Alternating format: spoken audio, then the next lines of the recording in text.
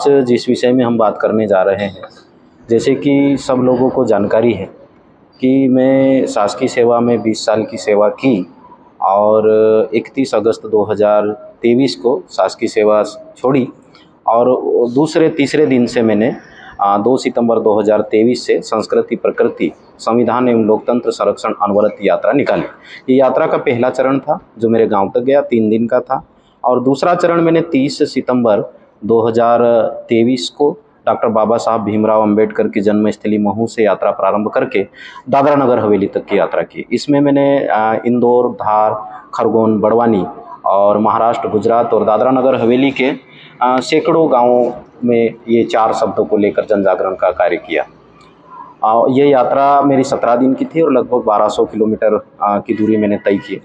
यात्रा का तृतीय फेज में कल दिनांक 10 फरवरी 2024 से प्रारंभ करने जा रहा हूं और यह यात्रा शुरू होगी रानी काजल माता मंदिर, वर्ला रोड, नवलपुरा से और वहां से बीजागढ़ तक की यात्रा है।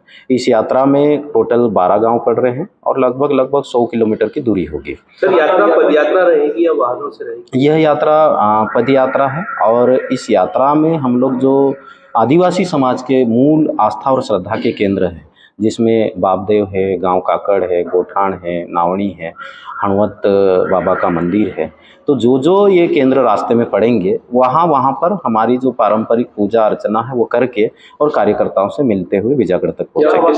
क्या आवश्यकता पड़ी कि आदर्श आस्था केंद्र तक यात्रा पहुँचने? जैसा कि आज आधुनिकता का दौर है, विकास की अंधी दौड़ है, इसमें हमारा समाज भी अछूता नहीं रहा है और इन सब चीज़ों में आके और हमारे लोग भी अपना मार्ग भटके हैं और हमारे जो मूल आस्था और श्रद्धा के केंद्र हैं उसको भूल रहे हैं। गांव के जो बुजुर्ग लोग हैं, जो गांव के जानकार लोग हैं, जैसे आदिवासी समाज का जो हमारा बेल्ट है वहाँ पर 5 लोग मुखिया होते हैं, गांव पटेल, गांव डाहला, गांव कोटवाल, वारती और गांव पुजारा, ये मिल के गाँव को चलाते हैं। तो ये तो गाँव में बराबर जो आस्था श्रद्धा का केंद्र है वो जा रहे हैं, लेकिन जो नई पीढ़ी है और कुछ लोग जो है वहाँ जाना बंद कर रहे हैं।